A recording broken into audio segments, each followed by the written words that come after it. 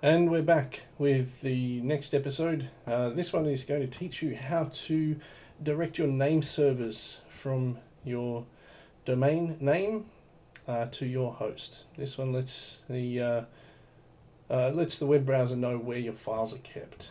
So what you'll find is that in your email address, you'll have one from Digital Pacific. You actually have a bunch of them after you registered, and the one we're after is called hosting account information. This is the one you do want to mark it as important. Put a star next to it, whatever your email client lets you do. And what we're after here, if we scroll down and have a look, we've got a few bits of information here that are pretty important. Now, of course, we've got our username and password to log into our cPanel. We'll come back to that in a minute. What we're after are these ones down here called the name servers.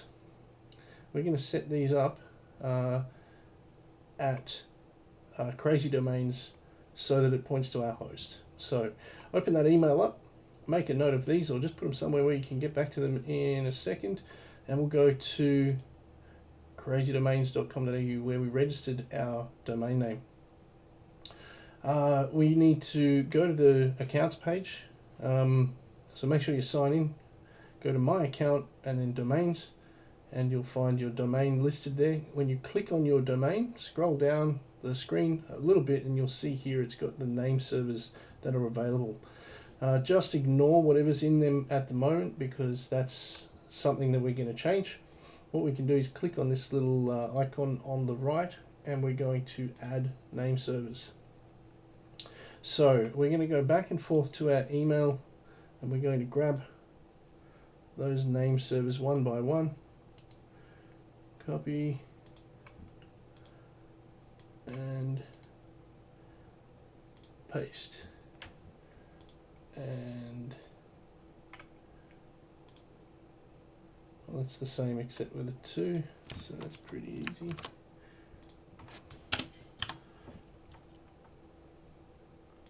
We better take that trailing space off the end of there. That's what we want. Just to be sure they're accurate, you need to make sure you're paying attention to those little details. Okay, I'll grab these ones as well.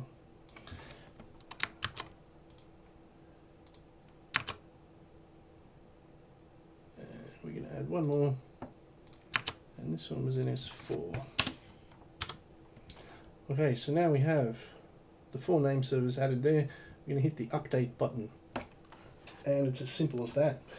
It'll take a little while for those addresses to propagate across the network. Once they've done that, your website, your domain should point to your host. Now, I'll just go to